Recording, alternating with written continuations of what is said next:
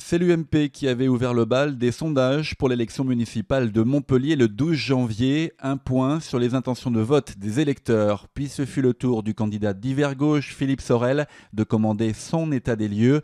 L'UDI et le PS ont fait de même. Mais au final, ces indicateurs ont-ils un réel impact sur le choix des électeurs? Et sont-ils vraiment crédibles quand ce sont les candidats ou les partis politiques eux-mêmes qui les payent? Les sondages, ils décrivent la réalité telle qu'ils l'observent. Donc ils restent crédibles. Le problème, c'est qu'à partir du moment où on décide s'ils sont publiés ou s'ils ne le sont pas, puisqu'ils sont payés par les candidats, ça devient un argument de campagne. C'est-à-dire que les candidats publient les sondages dont ils pensent qu'ils vont avoir un effet sur l'opinion positive pour eux, et ils ne publient pas les autres, ou ils ne publient que les questions qui les avantagent et pas les autres. Il y a un double impact. D'une part, un certain nombre de gens rejoignent les listes qui ont le plus de voix.